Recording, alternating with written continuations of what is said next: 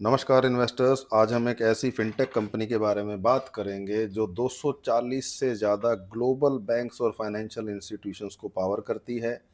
Company का नाम है इंटेलेक्ट डिज़ाइन एरिना। ये कंपनी 60 से ज़्यादा कंट्रीज़ में ऑपरेट करती है, सिटीज़ या स्टेट्स में नहीं। 90% इंडियन इन्वेस्टर्स को इसके मोनोपोली सीक्रेट्स पता ही नहीं होंगे, जो कि हम यहाँ पे बात करेंगे। और वैसे भी मैं वो बातें करता हूँ इस चैनल पे या अपने वीडियोस के थ्रू जो इन्फॉर्मेशन बहुत मुश्किल से शायद आपको ना ही मिले, क्योंकि मैक्सिमम लोग या तो नंबर्स की बात करेंगे कि नेट प्रॉफिट इतना है, प्लेज इतना है, डेप्ट इतना है, या चिकनी चुपड़ी बातें करेंगे जिनका कोई बेनिफिट नहीं होता स्टॉक से रिलेटेड, या उसको धक्के से रिलेट करने की कोशिश करेंगे डोनाल्ड ट्रंप से या फाइनेंस मिनिस्टर से, अगेन जिसका कोई सिर पैर नहीं होता। तो अगेन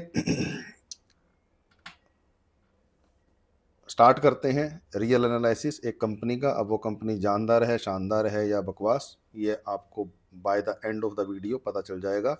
स्टार्ट करने से पहले disclaimer, this is not a tip और एडवाइस। ये एक जनरल अवेयरनेस के लिए है, बेसिक समझने के लिए है कि as an award winning sub broker from Motilal Oswal जो हम रियल लाइफ में करते हैं वही हम यहाँ पे वीडियोस में करने की कोशिश कर रहे हैं। कि चलो वहाँ तो हम वन ऑन वन हेल्प करते हैं लोगों की, बट यहाँ पे हम चलो वन ऑन वन हेल्प तो नहीं कर सकते, बट एटलीस्ट एक बेसिक स्ट्रक्चर डिस्कस कर सकते हैं कि असल में एक कंपनी में, एक सेक्टर में या स्टॉक मार्केट के अंदर ओवरऑल काम कैसे किया जाता है। ठीक है, अगेन नॉट अ टिप और एडवाइस। खुश होके अच्छी अच्छी बातों से बाय मत कर लेना और बुरी बातों से डर के सेल मत कर देना। ठीक है, जो भी करना है अपना स्ट्रेटेजी बना के, अपने आप से सच बोल के, कॉमन सेंस का यूज़ करके, नॉलेज का यूज़ करके तब करना है। नहीं तो अपना अपने से भी रजिस्टर्ड एडवाइज़र या ब्रोकर या फंड मैनेजर के साथ डिस्कस करके तभी डिसीजन लें। ठीक है, और दूसरी बात, कोई भी पास्ट परफॉर्मेंस जो है वो फ्यूचर की गारंटी नहीं देता। तो अगेन सिस्टम बनाना, स्ट्रेटजी बनाना, डिसिप्लिन बनाना वो ज़रूरी है, और उन सब चीज़ों में आपको बातें चार ही डिस्कस करनी है। What to buy, when to buy, how much to buy, when to sell. तो आइए स्टार्ट करते हैं intellect design arena. Quarter 2 financial year 25 में रेवेन्यू 22% का जंप, एबिटडा मार्जिन 21%, और अब डेप्ट फ्री बैलेंस शीट है कंप्लीटली। ये कोई ऑर्डिनरी आईटी कंपनी नहीं है। इसका आईसीजीबी प्लेटफॉर्म 1.3 बिलियन अकाउंट्स मैनेज करता है। आईसीजीबी क्या होता है, ये इस सेक्टर को समझने के लिए एक मोस्ट इम्पोर्टेंट टर्म है। तो आगे वीडियो में जाके मैं बता ही दूंगा। तब तक आप अपने फ़ोन के ऊपर, मतलब एक लैपटॉप या फ़ोन के ऊपर आप ये वीडियो देख सकते हैं, और दूसरे फ़ोन या लैपटॉप पे जाके सर्च कर सकते हैं कि आईसीजीबी नाम की बला क्या है। ठीक है, क्योंकि मैं अगर उसके बारे में बताने जाऊंगा डिटेल में तो वीडियो और लंबा हो जाएगा, बट ब्रीफ में हम जरूर डिस्कस करेंगे इन कमिंग टाइम। तो इस आईटी कंपनी के पास, इंटेलेक्ट डिज़ाइन एरिना के पास, आईजीसीबी प्लेटफॉर्म 1.3 बिलियन अकाउंट्स मैनेज करता है ग्लोबली, जिसमें से city bank, HSBC, standard chartered जैसे जाइंट्स इसके क्लाइंट हैं। और सबके सबसे बड़ी बात, ये एआई पावर्ड फिनटेक सॉल्यूशंस में इंडिया का अनडिस्प्यूटेड लीडर है। तो एंड तक देखिए, क्योंकि मैं आपको एक नहीं, दो नहीं, छः ऐसे मोनोपोली एडवांटेजेस बताने वाला हूँ इस कंपनी के बारे में, जो कि शायद आपको कहीं और वीडियो में यूट्यूब के ऊपर देखने को ना मिले। अगेन डिस्क्लेमर कि नॉट अ टिप और एडवाइस, सिर्फ और सिर्फ इंफॉर्मेशन और अवेयरनेस और एक स्ट्रक्चर समझाने के लिए कि अगर फिनटेक सेक्टर के अंदर इन्वेस्ट करना है तो हमें किन बातों पे काम करना है। तो इस वीडियो में समझेंगे। इंटेलेक्ट डिज़ाइन अरीना, एनएससी टिकर है इंटेलेक्ट के नाम से, मार्केट कैप है अराउंड 18,000 से 20,000 करोड़ के बीच में। फाउंडेड थी 1980, मतलब मेरे पैदा होने से पहले की भी कंपनी है। तो मतलब जैसे कि वारन प्रोफेसर बोलते हैं, विजय केडिया जी बोलते हैं, या रामदेव अग्रवाल सर बोलते हैं, रिस्पेक्टेड हमारे गुरु जी, कि कंपनी पुरानी होनी चाहिए, धंधा पुराना होना चाहिए। तो देखो 40 साल से ज़्यादा तो पुराना हो ही गया। और इसको फाउंड किया था अरुण जैन जी ने, जो कि फाउंडर और सीएमडी हैं, विजनरी लीडर विद 40 साल से ज़्यादा का एक्सपीरियंस इन फिनटेक। कंपनी 2011 में पोलरिस फाइनेंशियल टेक्नोलॉजी से डी मर्ज हुई थी। ग्लोबल फुटप्रिंट की बात करें तो 60 से ज़्यादा कंट्रीज़ में प्रेजेंस है, 240 से ज़्यादा कस्टमर्स हैं। आप बोलोगे बस 240 कस्टमर? भैया वो 240 कस्टमर आम आदमी नहीं है, पान बीड़ी बेचने वाले नहीं हैं। कौन है वो? Bank, insurance companies, financial institutions. ठीक है, तो वो 240 क्या, ऐसे तो 10-20 लोग ही बहुत होते हैं, इतने बड़े हाथी। 4000 से ज़्यादा एम्प्लॉयज़ हैं ग्लोबली, 15 से ज़्यादा ऑफिसेज हैं वर्ल्ड वाइड। ठीक है जी। बिजनेस फोकस की बात करें तो बैंकिंग सॉफ्टवेयर सॉल्यूशंस पे फोकस है, इंश्योरेंस टेक्नोलॉजी प्लेटफॉर्म पे फोकस है, ट्रांजैक्शन बैंकिंग सिस्टम्स पे फोकस है, और AI powered financial product is the main USP of the company right now. तो ये pure play fintech product company है, no IT services, no body shopping, सिर्फ high margin software products पे ये focus करती है। और अब हम डिस्कस करेंगे कि इनका बिजनेस मॉडल बाकी कंपनियों के कैसे अच्छा है।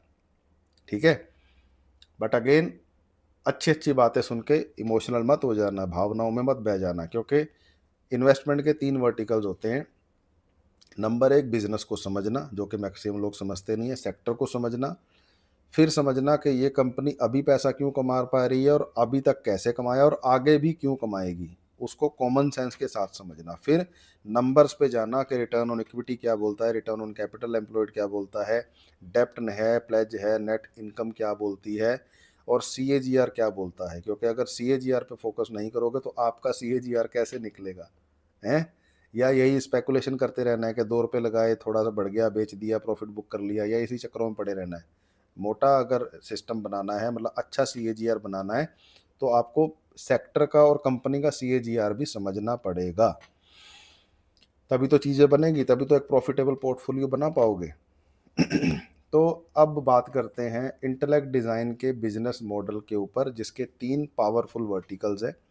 तो अगेन हाँ, चलो मैं वो कंप्लीट कर देता हूँ। सबसे पहले बिजनेस मॉडल समझना होता है, फिर उसके फाइनेंशियल रेशियो समझने होते हैं, बैलेंस शीट वगैरह, और फिर आपको डिसीजन लेना होता है कि आप जो एंट्री एग्जिट डिसीजन लोगे वो कैसे लोगे, फाइनेंशियल रेशियोज के थ्रू, फंडामेंटली, या टेक्निकली, चार्ट के हिसाब से, टाइम फ्रेम के हिसाब से, या कोई इंडिकेटर या ऑसिलेटर के हिसाब से।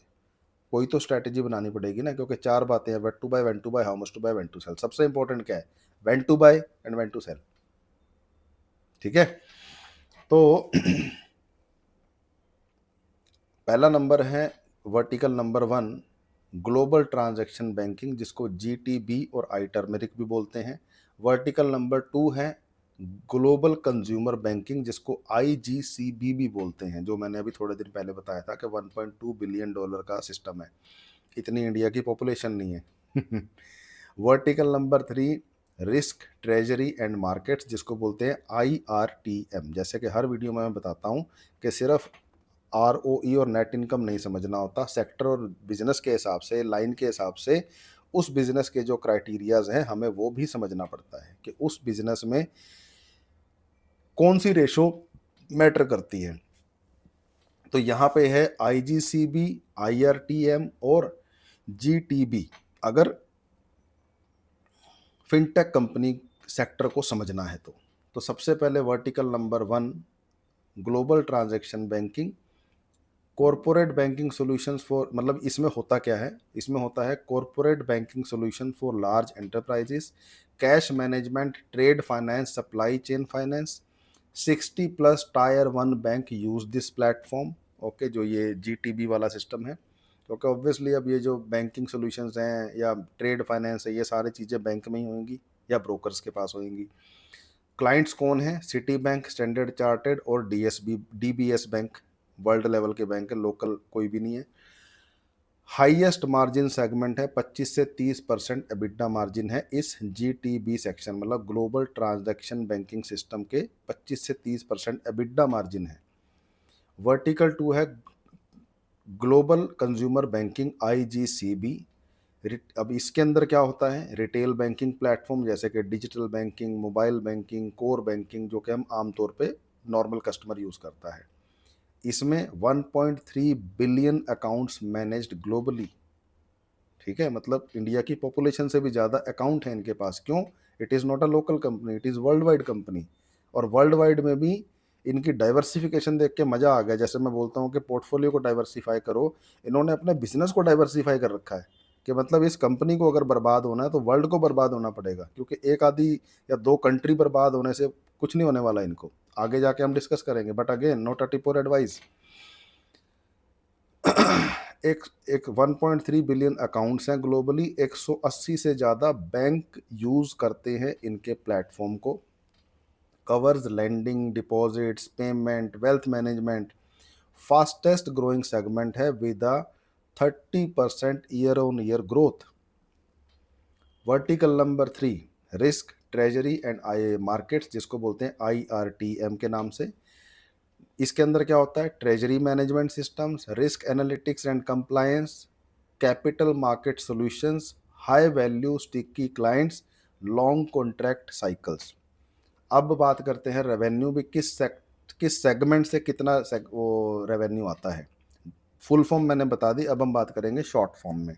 तो GTB से आता है 40-45% रेवेन्यू, GCB से आता है 35-40% रेवेन्यू, और RTM से आता है 15-20% रेवेन्यू। मतलब सबसे ज़्यादा प्रॉफिटेबल है, प्रॉफिटेबली मतलब रेवेन्यू आता है GTB से, 45% का रेवेन्यू। अब आ जाता है USP जो मेरे को अच्छी लगी, जो है जोग्राफिकल मिक्स। मतलब इंडिया से रेवेन्यू आता है 25 से 30%, अमेरिका से आता है 25 से 30%, यूरोप या मिडल ईस्ट से आता है 20 से 25%, और एशिया पैसिफिक से आता है 15 से 20%।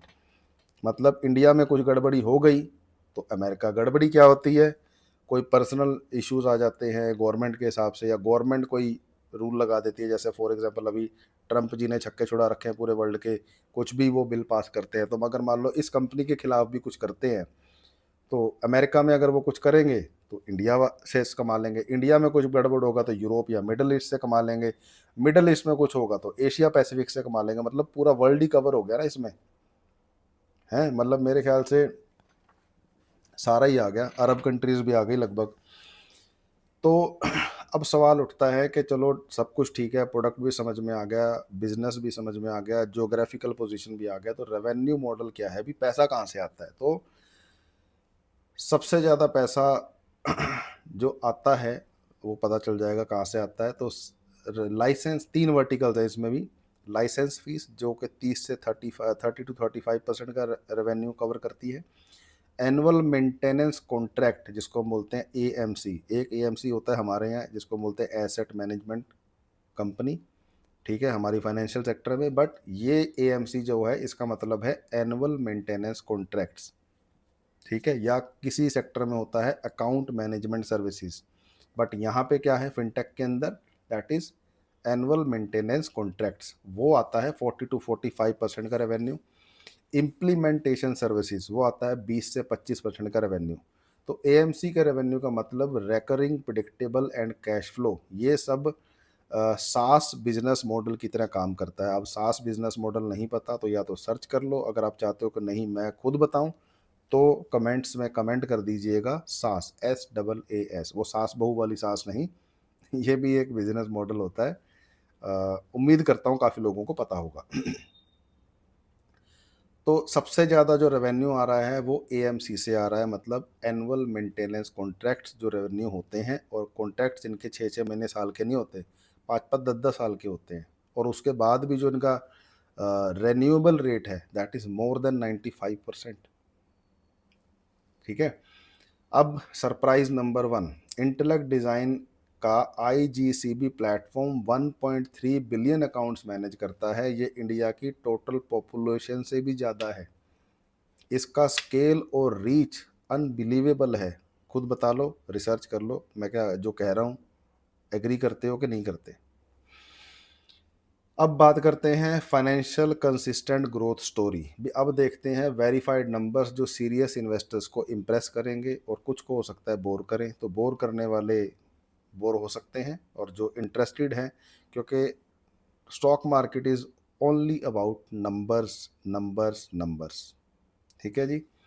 तो revenue Q2 financial year 2025 performance की बात करें सितंबर 2024 के हिसाब से, revenue ₹643 crore, that is 22% year on year growth. EBITDA is ₹135 crore, 21% margin. Net profit is 88 crore, 13.7% margin. Order booking की बात करें तो 72 million USD in Q2। H1 financial year 2025 April to सितंबर 2024 की बात करें तो revenue 1237 crore, that is 20% year on year growth. EBITDA is rupees 258 crore rupees, that is 20.9% margin. Net profit is rupees 165 crore. Order booking की बात करें 152 million dollars. Financial year 2024 पूरे की बात करें तो रेवेन्यू इज 2394 करोड़ रुपीज, 18% का ईयर ऑन ईयर ग्रोथ. ठीक है. EBITDA margin, EBITDA is 479 crore rupees, 20% margin. Net profit 306 crore rupees, 12.8% margin. Order booking 280 million dollar. 5 year growth trajectory की बात करें तो फाइनेंशियल ईयर 20 का 2020 का revenue rupees 1450 crore rupees. Financial year 24 का रेवेन्यू इज 2394 करोड़ रुपीज. मतलब डबल तो नहीं हुआ तो 70-80% तो अप्रिसिएशन है ही है. मतलब CAGR निकालने तो कंसिस्टेंटली 13 to 14% का कंपाउंडिंग CAGR है. बैलेंस शीट की स्ट्रेंथ क्या है? डेप्ट फ्री कंपनी है, जीरो लॉन्ग टर्म डेप्ट. Cash and equivalents rupees 800 crore से ज़्यादा. रिटर्न ऑन इक्विटी 12 से 15% है, improving trend. Working capital positive है. की मैट्रिक्स की बात करें तो revenue per employee is rupees 60+ lakh, which is high productivity. Per client मतलब वही आप बोलोगे 60 लाख, मतलब आम आदमी तो है नहीं, बैंक है. तो रेवेन्यू एक क्लाइंट से 60 लाख से ज़्यादा का आता है, मतलब हाई प्रोडक्टिविटी. R&D स्पेंड करते हैं ये 12 से 15% ऑफ द रेवेन्यू. तो जो कंपनी रेवेन्यू का 5, 10, 15% रेवेन्यू R&D पे इन्वेस्ट करती हैं वो मुझे बहुत ही अच्छी लगती हैं, क्योंकि R&D के बिना कुछ नहीं है. जैसे आप लोग भी अगर प्रॉफिटेबल होना चाहते हो, चाहे कितने ही बड़े इन्वेस्टर हो, चाहे आपको कितने ही साल हो गए, एक चीज़ है रेगुलर, कि रेगुलर R&D करनी पड़ेगी कि कौन से सेक्टर, कौन से स्टॉक्स का पोर्टफोलियो बनाएं हम राइट नाउ. जैसे मैं क्या करता हूँ, मैं भी तो यही कर रहा हूँ. अभी जो मैं आपके साथ डिस्कस करता हूँ, ये अब फ़र्क ये है कि मैं पहले बैकएंड पे करता था, अब मैं कैमरे पे कर रहा हूँ. कि बिज़नेस को समझना, फिर डिसीजन करना कि इसमें इन्वेस्ट करना है कि नहीं करना है, या करना है तो कब करना है. ठीक है, यही तो गेम है. क्योंकि ठीक है कंपनी पसंद है, बट क्या अभी टाइम है, या अगर अभी टाइम नहीं है तो उस चीज़ को होने में, क्योंकि देखो ultimately thing is price appreciation. हमें तो तब बेनिफिट होगा जब प्राइस एप्रिशिएट करेगा कंपनी का, स्टॉक का. अब वो स्टॉक प्राइस 6 महीने ना चले, 1 साल ना चले, क्या हम उस चीज़ को सहन कर सकते हैं? ये डिसीजन लेना है. या हम on an average annual level पे कितना % प्रॉफिट चाहते हैं, मतलब हमारे पोर्टफोलियो का CAGR क्या होना चाहिए, हम क्या चाहते हैं. क्योंकि स्टॉक मार्केट की खासियत ये है कि यहाँ पे आपके पास ऑप्शन है डिसाइड करने का कि आपको 5% कमाना है, 15% कमाना है, 20% कमाना है, 18% कमाना है. देखो जो कहते हैं जी हम 1 साल में डबल कर देंगे, वो तो बेवकूफ़ बना रहे हैं. ऐसा कहीं नहीं होता है, बेवकूफ़ी है वो. क्योंकि अगर ऐसा होता तो जो बड़े इन्वेस्टर्स हैं, Ramdev Agrawal sir, Warren Buffett sir, या कोई भी, वो फिर 15-18% की बातें क्यों करते, या 20-25% की बातें क्यों करते. वो भी तो कर सकते हैं, उनको तो इतने साल हो गए और उन्होंने तो कितने मल्टी बैगर रिटर्न्स बनाए हैं. ठीक है, तो अगेन सच्चाई को कबूलो, अच्छे लोगों की बातें सुनो. Surprise number 2, Intellect Design completely डेप्ट फ्री है और 800 करोड़ से ज़्यादा का कैश बैलेंस शीट पे है. ये फाइनेंशियल स्ट्रेंथ इसको रिसेशन प्रूफ बनाता है और एग्रेसिव ग्रोथ इन्वेस्टमेंट्स के लिए रेडी रखता है. कि डेप्ट कोई है नहीं, प्लेज तो है ही नहीं, 800 करोड़ रुपए सेफ्टी में पड़े हैं. अभी अगर कुछ गड़बड़ हुई तो we have backup. But again not a tip और एडवाइस. ये बातें सुन के खुश मत हो जाना ज़्यादा. अब बात करते हैं मोनोपोली एडवांटेज, जो मैंने आपको बोला था. तो पहली मोनोपोली एडवांटेज है प्रोडक्ट कंपनी नॉट सर्विसेज. मतलब सबसे बड़ा डिफरेंशिएशन जो है, इंटेलेक्ट डिज़ाइन एक प्योर प्रोडक्ट कंपनी है, IT सर्विसेज कंपनी नहीं है, सॉफ्टवेयर सर्विसेज कंपनी नहीं है, प्रोडक्ट कंपनी है. मतलब अब फ़र्क क्या होता है प्रोडक्ट वर्सेस सर्विसेज मॉडल, के ट्रेडिशनल IT सर्विसेज जैसे कि TCS, इन्फोसिस, विप्रो, ये क्या करती हैं, मतलब सर्विसेज सेक्टर में क्या होता है, body shopping, man hours billing, linear revenue growth, margin जो है वो 18 से 22% होते हैं और स्केलेबिलिटी लिमिटेड होती है। मतलब सबसे मेन बात हमारे लिए क्या है कि स्केलेबिलिटी लिमिटेड होती है। लेकिन जिस बिजनेस मॉडल पे, प्रोडक्ट मॉडल पे इंटेलेक्ट डिज़ाइन काम करती है, वहाँ पे सॉफ्टवेयर लाइसेंसिंग प्लस एएमसी मतलब recurring revenue, exponential revenue potential कोई लिमिट नहीं है, पूरा वर्ल्ड कवर करके बैठे हैं ये लोग। मार्जिन 20 से 25% है एबिडा लेवल पे, रेवेन्यू लेवल पे नहीं या नेट प्रॉफिट के हिसाब से नहीं, एबिडा लेवल पे। अब हाईली स्केलेबल मतलब एक प्रोडक्ट 100 से ज़्यादा लोगों को बेचा जा सकता है, एक ही प्रोडक्ट। ठीक है, तो this is the potential of product oriented business model. अब और क्या इनकी एडवांटेजेस हैं? IP ownership, proprietary technology, recurring revenue 40 to 45% from AMC, higher valuation, product companies get premium multiples, global competitiveness मतलब ये इनका कॉम्पिटिटर टीसीएस इन्फोसिस नहीं है, इनका कॉम्पिटिटर है ओरेकल, टेमेनोस एंड एफआईएस। ओके, तो इंडिया में pure play fintech product company बहुत कम है, इंटेलेक्ट डिजाइन एक रेयर ब्रीड है। अगेन नोट अ टिप और एडवाइस, मैं नहीं कह रहा इसको खरीदो या बेचो, मैं आपको एक सिस्टम समझा रहा हूँ कि कंपनी करती क्या है, ये पैसा कैसे कमाती है। ठीक है, वो डिसीजन आपको लेना है, मेरा काम है रियल इन्फॉर्मेशन देना। अब जो मैं और बोलना चाहता हूँ वो बोल नहीं सकता, आपको पता ही है, समझदार को इशारा काफ़ी है। मोनोपोली एडवांटेज 2 क्या है? AI first strategy and magic submission. ये एआई में तब घुस गए थे जब चैट जीपीटी पैदा नहीं हुआ था, एआई के बारे में किसी को पता नहीं था। अभी बताता हूँ एग्जैक्ट साल। इंटेलेक्ट डिज़ाइन ने एआई को 2016 में अडॉप्ट कर लिया था। मतलब ये नहीं कि बातें कर रही थी या सोचेंगे करेंगे ना, अडॉप्ट कर लिया था मतलब काम शुरू, उसको इम्प्लीमेंटेशन कर दिया था 2016 में, मतलब आज से लगभग 9 साल पहले, जब एआई हाइप में था ही नहीं। Magic submission platform, AI powered contextual banking platform, natural मतलब अब ये एआई का यूज़ क्या करते हैं वो बता रहा हूँ। आप बोलोगे सर ये क्या बोलने लग गए, तो एआई का इनको बेनिफिट क्या है? AI powered contextual banking platform, natural language processing, predictive analytics, personalised customer experiences. इनका सबसे बड़ा एज है पुराने सॉफ्टवेयर और नए सॉफ्टवेयर के मुकाबले में कि ये कस्टमाइज्ड सोल्यूशन प्रोवाइड करते हैं। क्योंकि ऑब्वियस सी बात है, बैंक वाले का काम अलग होगा, एनबीएफसी का अलग होगा, इंडिया के बैंक का अलग सिस्टम होगा, बाहर वाले बैंक का अलग होगा। अब एआई यूज केसेस की बात करें तो क्रेडिट अंडर राइटिंग ऑटोमेशन, मतलब ये काम क्या करता है?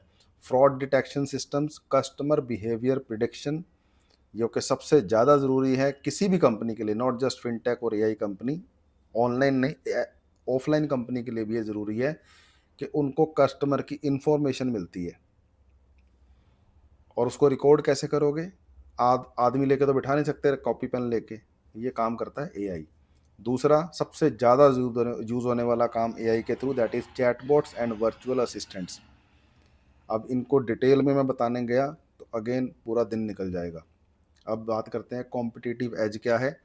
7+ years AI experience in production, proprietary AI models trained on banking data, first mover advantage in AI banking integration.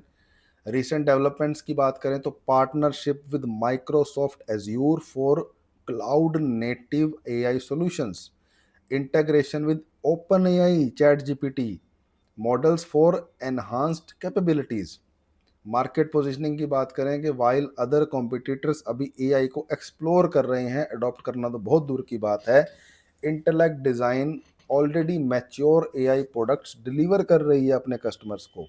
तो ये टेक्नोलॉजी मोट क्रिएट करती है। मोट का मतलब यूएसपी, मतलब वो चीज़ जो किसी के पास नहीं हो।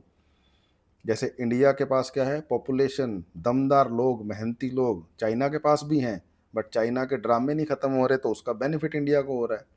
देखो अमेरिका और चाइना जितने ड्रामे करेगा या और कंट्री कहीं भी ड्रामा करेगी किसी भी वजह से, तो वो सारा बिजनेस इंडिया में आता है और चाइना में भी जाता है, बट चाइना में अब थोड़ी सी रिस्ट्रिक्शंस ज़्यादा हो गई हैं, तो उसका बेनिफिट इंडिया को मिल रहा है। Surprise number 3, intellect design arena ने 2016 में एआई अडॉप्ट किया था, जब चैट जीपीटी का नाम भी नहीं था। आज इसका मैजिक सबमिशन प्लेटफॉर्म 50 से ज़्यादा एआई मॉडल्स यूज़ करता है। एक आधा मॉडल नहीं, 50 एआई जिन्होंने इन हाउस बना लिए हैं। ये 7 साल आगे हैं बाकी कंपनी से, जो कि एक कॉम्पिटिटिव एज डेवलप करती है। तो monopoly advantage number 3, tyre 1 global client base. मतलब इंटेलेक्ट डिज़ाइन के क्लाइंट्स कौन हैं? दुनिया के सबसे बड़े बैंक। अब क्लाइंट लिस्ट सुनना ध्यान से, और ये भी बताऊंगा कि हर क्लाइंट इनकी कौन सी सर्विसेज या किस तरीके से यूज़ करता है इंटेलेक्ट डिज़ाइन अरीना को। तो सिटी बैंक यूज़ करता है जीटीबी सॉल्यूशंस के लिए, एचएसबीसी यूज़ करता है ट्रांजैक्शन बैंकिंग के लिए, स्टैंडर्ड चार्टर्ड यूज़ करता है मल्टीपल प्रोडक्ट्स के लिए, और डीबीएस बैंक यूज़ करता है डिजिटल बैंकिंग प्लेटफॉर्म के लिए। बार्कलेज यूज़ करता है रिस्क और ट्रेजरी के लिए, बैंक ऑफ अमेरिका यूज़ करता है ट्रेड एंड फाइनेंस के लिए, और ICI HDFC Axis Bank India में क्लाइंट स्टिकीनेस के लिए। ठीक है जी। Banking software migration extremely difficult है। इम्प्लीमेंटेशन साइकिल्स 12 से 24 महीने की हैं। Training, integration, regulatory compliance, switching cost are very very high. अब बात करते हैं कॉन्ट्रैक्ट वैल्यू की, कि एक कॉन्ट्रैक्ट से इनको कितना रेवेन्यू आता है, मतलब पैसा कितना आता है। डील साइज अगर एवरेज है, मतलब नॉर्मल है, तो 2 से 5 मिलियन डॉलर। लार्ज है, बड़ी डील है, बड़ी क्लाइंट है, तो 10 से 20 मिलियन डॉलर। कॉन्ट्रैक्ट की ड्यूरेशन क्या है? जैसा कि मैंने पहले बताया, 1 महीना, 1 हफ्ता, 3 महीना नहीं, 5 से 10 साल। रेन्यूएबल रेट क्या है कि जी ठीक है 10 साल बाद क्या होगा? कुछ नहीं होगा। 95% रेन्यूएबल रेट है। सिर्फ 5% का चांस है कि क्लाइंट इनके साथ काम ना करके कहीं और काम करे, या इनका कॉन्ट्रैक्ट रेन्यू ना करे। मतलब ये आज की कहानी है। कहानी तो स्टॉक मार्केट में क्रिकेट की तरह कभी भी चेंज हो जाती है। लास्ट बॉल पे छक्का भी लग जाता है और पहली बॉल पे आउट भी हो जाता है इंसान। तो बट अल्टीमेटली, लेकिन अगर आप एक सिस्टम बना के चलो, तो ऑन एन एवरेज जो ऑल टुगेदर एक रिजल्ट निकलता है वो अच्छा होता है। वो किन का अच्छा होता है? जो सिस्टम से चलते हैं। सचिन तेंदुलकर जी सचिन तेंदुलकर क्यों बने, या आज भी उनका ब्रांड क्यों है? कि आज भी वो बेशक रिटायर हो गए हैं, बट आज भी वो मैदान में पाए जाते हैं सुबह 6 बजे। हालांकि उनको कोई मैच नहीं खेलना, किसी को प्रूव नहीं करना, ना वो उसकी रील डालते हैं कि देखो जी मैं आ गया ग्राउंड में, पर वो जाते हैं। क्यों? उनका प्यार है। तो ऐसे ही मैं बोलता हूँ कि स्टॉक मार्केट में भी आप तब आएँ जब ये आपका प्यार बन जाए। बट ठीक है, आपको इसको कैरियर नहीं बनाना, लेकिन देखो चाहे आपको 100 रुपये का म्यूचुअल फंड ही करना है, पर जब तक आप पॉजिटिव नहीं रहोगे, इट्स लाइक कि भी मान लो आपका बेटा या बेटी, आप बोलोगे नहीं निकम्मा है, बेकार है, तो वो कैसे आपसे प्यार करेगा? और या कैसे आपके लिए एक आज्ञाकारी या सक्सेसफुल बच्चा बन के दिखाएगा? तो अगेन, जैसे अगर आप अपने बच्चों को गालियां देते रहोगे तो क्या होगा? रिजल्ट खराब आएगा। तो ऐसे ही अगर आप स्टॉक मार्केट को गालियां देते रहोगे, डरते रहोगे, समझोगे नहीं, अपने आप को सुधारोगे नहीं। देखिए कमियां सब में होती हैं। कितना ही तकड़ा क्रिकेटर हो, डक पे आउट होता है, जीरो पे आउट होता है, छक्के भी मारता है। कितना ही बड़ा सुपरस्टार हो, फिल्में फ्लॉप होती है। कितना ही बड़ा पॉलिटिशियन हो, इलेक्शन हारता है, बट क्या वो काम छोड़ देते हैं? नहीं, दे कम बैक स्ट्रोंगर। तो ऐसे ही हमारा भी है। गलतियां हमसे भी होती हैं, आज भी होती हैं, बट क्या हम काम छोड़ देते हैं? नहीं, हम लगे रहते हैं। क्यों? यही एक तरीका है। तो अगेन, मैं कोई ध्यान नहीं दे रहा, मैं कोई बाबा वाबा नहीं हूँ, ना ही मैं कोई इतना बड़ा बन चुका हूँ स्टॉक मार्केट में कि मैं उस लेवल पे आ जाऊँ। बट हमारा फ़र्ज़ है कि जितना हमने सीखा, जो चीज़ें हमें हेल्प करती हैं, एटलीस्ट वो तो हम डिस्कस करें। और इसीलिए मैं इस ब्यूटीफुल प्लेटफॉर्म यूट्यूब को यूज़ करता हूँ टू स्प्रेड द वर्ड। क्योंकि गलत चीज़ों के लिए तो बहुत लोग यूज़ कर रहे हैं। हालांकि चलो सख्ताई बहुत ज़्यादा बढ़ाई है सेबी ने और यूट्यूब ने, बल्कि मैं तो कहूँगा जो चाइना ने किया वो रूल इंडिया में आना चाहिए कि बिना लाइसेंस के, बिना सर्टिफिकेशन के आप फाइनेंस, हेल्थ और लीगल मैटर्स पे वीडियो ही ना बना पाओ। मैं तो वेट कर रहा हूँ उस दिन की, भगवान करे जल्दी से आ जाए, कि जब तक कोई बंदा अपना सर्टिफिकेट अपलोड नहीं करेगा किसी भी तरह की वेरिफिकेशन का, तब तक वो कंटेंट ही ना बना पाए। मज़ा ही आ जाएगा ज़िंदगी का। तो चलो वापस come back to intellect design arena. Revenue visibility की बात करें तो एएमसी रेवेन्यू प्रिडिक्टेबल है, लॉन्ग टर्म कॉन्ट्रैक्ट से रिस्क कम हो जाता है बिजनेस के अंदर, और cross selling opportunities within the existing client is very very high. तो जब सिटी बैंक जैसे बैंक आपका सॉफ्टवेयर यूज करते हैं तो ट्रस्ट और क्रेडिबिलिटी बन जाती है। ठीक है, तो जैसे कि मुझे मोतीलाल ओसवाल ने अवार्ड दिया तो that is my biggest credibility. मुझे बहुत लोग बोलते हैं सर अपना स्क्रीनशॉट शेयर करो, ये करो, वो करो, पोर्टफोलियो दिखाओ, स्क्रीन दिखाओ। मैं कहता हूँ मुझे ज़रूरत नहीं है भाई, मुझे वो चीज़ें हैं मेरे पास जो आमतौर पे किसी के पास नहीं होगी। मोतीलाल ओसवाल से अवार्ड मिला है, वो पीछे रखा हुआ है। ठीक है जी, मेरा 3 महीने में रैंक 3500 से 615 आ गया है, सच्चाई है, जहाँ मर्जी से जाके वेरीफाई कर सकते हो। और मैं तो कहता ही नहीं कि मेरे साथ काम करो, आई नेवर से दिस। ठीक है, मैं सिर्फ चैनल को सब्सक्राइब करने को बोलता हूँ, क्योंकि वो भी मेरी टीम मुझे बोलती है कि इससे हमारा यूट्यूब का एल्गोरिदम और ज़्यादा सपोर्ट करेगा। It is good for reach increase करने के लिए, क्योंकि हमारा चैनल अभी सिर्फ 1 साल 6 महीने पुराना है, तो हमें वो चीज़ मेहनत करनी पड़ेगी। और अभी भी हम चीज़ें ट्राई कर रहे हैं कि एक्चुअल में काम क्या करता है। जैसे पिछले साल हमने शॉर्ट्स के ऊपर ज़्यादा फोकस किया, इस साल हम फुल वीडियोस पे ज़्यादा फोकस कर रहे हैं। ठीक है, तो लेट्स सी, मेरे ख्याल लगता है कि इस साल के एंड तक हमारी एक कंप्लीट स्ट्रेटेजी बन के आएगी कि what is better for us और ताकि हम और ज़्यादा आप सबकी सपोर्ट कर पाएँ, काम आ पाएँ। अब monopoly advantage number 4 that is composable banking and architecture.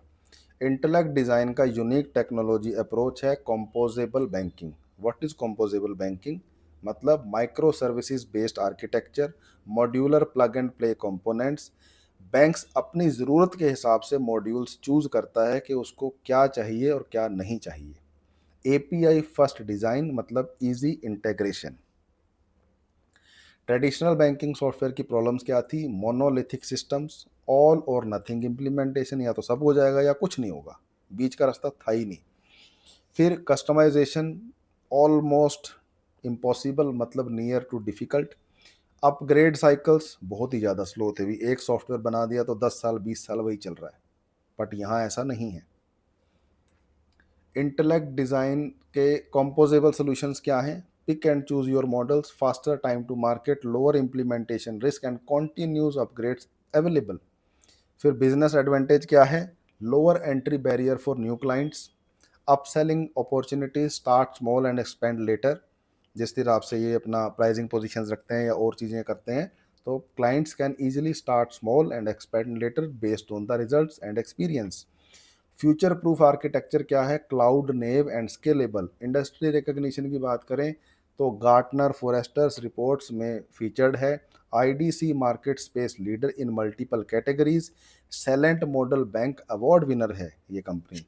तो ये आर्किटेक्चरल इनोवेशन इंटेलेक्ट को ओरेकल, टेमिनस, एफआईएस जैसे जाइंट से डिफरेंशिएट करता है।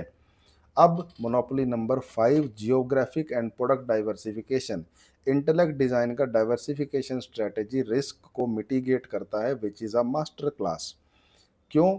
एक रीजन, एक कंट्री, एक कॉन्टिनेंट के ऊपर फोकस ही नहीं है, और डाइवर्सिफाई इतना प्यार से कर रखा है जैसे कि प्रॉपर पोर्टफोलियो बना रखा है कि 25 से 30% एक रीजन में है, मतलब 30% से ज़्यादा कहीं एक्सपोजर ही नहीं है।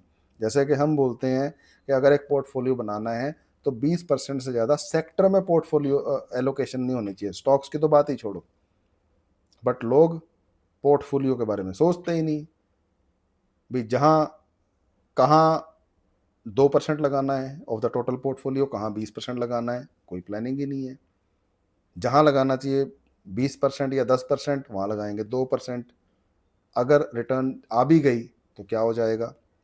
मतलब फॉर एग्जांपल आपका 1 करोड़ का पोर्टफोलियो है और 1% एलोकेट कर दिया आपने 1 लाख के हिसाब से। अब 1 लाख लगता है कि यार अच्छा ठीक है, बड़ा अमाउंट है ना, या चलो इसको और बड़ा कर लेते हैं। फॉर एग्जांपल आपका 100 करोड़ का पोर्टफोलियो है और आप किसी को बोलते हो जी मैंने 2 करोड़ रुपए लगा दिए। अब 2 करोड़ बहुत बड़ा अमाउंट सुनने में लगता है, बहुत मजा मजा आता है, बट